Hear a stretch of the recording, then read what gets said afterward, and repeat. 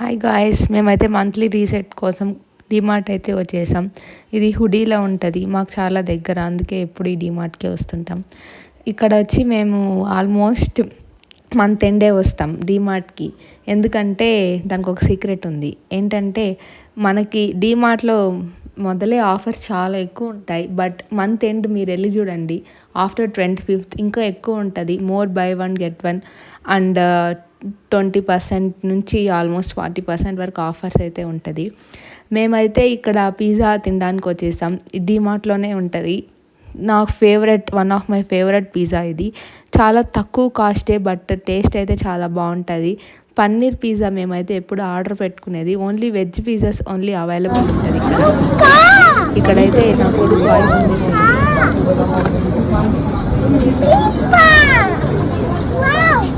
తనకి చాలా favourite pizza అంటే.